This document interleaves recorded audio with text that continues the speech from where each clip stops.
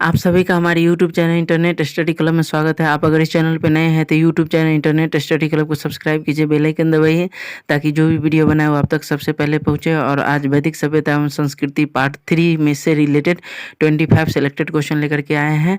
तो आइए प्रश्नों की ओर चलते हैं। अगर आपको देखना है पार्ट 1 और पार्ट 2 तो इसके डिस्क्रिप्शन में लिंक दिया हुआ है, वहाँ से वैदिक सभ्यता एवं संस्कृति के पार्ट 1 और पार्ट 2 के वीडियो को देख सकते हैं। तो यहाँ आज पार्ट 3 के महत्वपूर्ण प्रश्नों की ओर चलते हैं। उपनिषद पुस्तकें किस पर है? तो इसका सही जवाब है दर्शन पर। यानी उपनिषद पुस्तकें जो है वो किस पर आधारित है?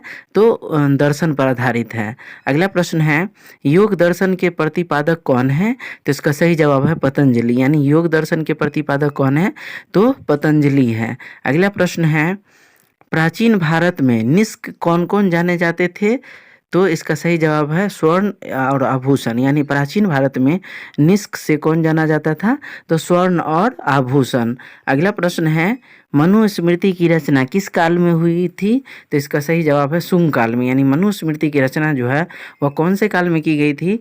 तो शुंग काल में की गई थी। अगला प्रश्न है, आरंभिक वैदिक साहित्य में सर्वाधिक वर्णित नदी कौन सी है? तो इसका सही जवाब है सिंधु नदी। यानी आरंभिक वैदिक साहित्य में सर्वाधिक वर्णित नदी कौन सी है? तो सिंधु नदी है। अगला प्रश्न है, किस पुराण में भारतवर्ष की भौगोलिक एवं मूल एकता का वर्णन प्राप्त होता है? तो इसका सही जवाब विष्णु पुराण में। यानी भारतवर्ष की भौगोलिक एवं मूल एकता का वर्णन कौन से पुराण में मिलता है? तो विष्णु पुराण में मिलता है। अगला प्रश्न है, वैदिक सभ्यता किस धातु युग की मानी जाती है? तो इसका सही जवाब है लौह युगीन। यानी वैदिक सभ्यता जो है वह लौह युगीन धातु युग की मानी जाती है। अगला प्रश्न है, चतुष्वर्ण विभाजन का प्रमाण किस वेद में मिलता है? तो इसका सही जवाब है ऋग्वेद में। यानी चतुर्वर्ण विभाजन का प्रमाण जो है वह ऋग्वेद में मिलता है। अगला प्रश्न है, उपनिषद काल के राजा अश्वपति कहाँ के शासक थे? तो इसका सही जवाब है केकई के। यानी उपनिषद काल के राजा अश्वपति जो थे वह केकई के शासक थे। अगला प्रश्न है, ऋग्वैदिक काल में कितनी ऋतुओं का ज्ञान था? तो इसका सही जवाब है 5 ऋतुओं का। यानी ऋग्वैदिक काल में 5 ऋतुओं का ज्ञान था। अगला प्रश्न है, अध्यात्म ज्ञान के विषय में नचिकेता और यम का संवाद किस उपनिषद से प्राप्त होता है? तो इसका सही जवाब है कठोपनिषद से। यानी अध्यात्म ज्ञान के संबंध में नचिकेता और यम का संवाद जो है वह कठोपनिषद में प्राप्त होता है। अगला प्रश्न है, ऋग्वेद में सर्वाधिक पवित्र नदी कौन सी है? तो इसका सही जवाब है सरस्वती नदी। यानी ऋग्वेद में सर्वाधिक पवित्र नदी कौन सी है? तो सरस्वती नदी है।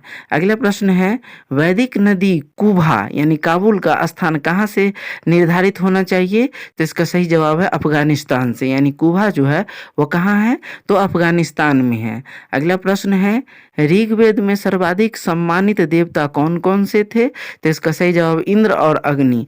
यानी ऋग्वेद में सर्वाधिक सम्मानित देवता कौन थे? तो इंद्र और अग्नि। अगला प्रश्न है, कपिल मुनि द्वारा प्रतिपादित दार्शनिक प्रणाली कौन सी है? तो इसका सही जवाब है सांख्य दर्शन। यानी कपिल मुनि द्वारा जो दार्शनिक प्रणाली है वो कौन सा है? तो सांख्य दर्शन है। अगला प्रश्न है, ऋग्वेद में किस नदी का उल्लेख मात्र एक बार हुआ है? तो इसका सही जवाब है गंगा नदी का। यानी ऋग्वेद में सिर्फ एक बार कौन सी नदी का उल्लेख हुआ है? तो गंगा नदी का हुआ है। अगला चिंतन प्रमाण मिले हैं, तो इसका सही जवाब है अंतर्जिखेरा। यानी अंतर्जिखेरा से ही भारत के लौह धातु के प्रचलन के प्राचीनतम साक्ष्य मिले हैं। अगला प्रश्न है, ऋग्वैदिक काल में 2 अमूर्त देवता कौन कौन थे? तो इसका सही जवाब है श्रद्धा और मनु। यानी ऋग्वैदिक काल में 2 अमूर्त देवता कौन कौन से थे? तो श्रद्धा और मनु। अगला प्रश्न है, किस वेद का संकलन ऋग्वेद पर आधारित है? तो इसका सही जवाब है सामवेद। यानी किस वेद का संकलन ऋग्वेद पर आधारित है? तो सामवेद। अगला प्रश्न है, ऋग्वेद में अनस शब्द का प्रयोग किसके लिए हुआ है? तो इसका सही जवाब है बैलगाड़ी के लिए। यानी ऋग्वेद में अनस शब्द का प्रयोग किसके लिए हुआ है? तो बैलगाड़ी के लिए हुआ है। अगला प्रश्न है, कर्म का सिद्धांत किससे संबंधित है? तो इसका सही जवाब है मीमांसा से। यानी कर्म का सिद्धांत किससे संबंधित है? तो मीमांसा से संबंधित है। अगला प्रश्न है, ऋग्वेद के किस परिषद में स्त्रियां भाग लेती थी? तो इसका सही जवाब है सभा एवं समिति में। यानी ऋग्वेद में सभा एवं समिति में स्त्रियां भाग लेती थी। अगला प्रश्न है, चरक संहिता नामक पुस्तक किस विषय से संबंधित है?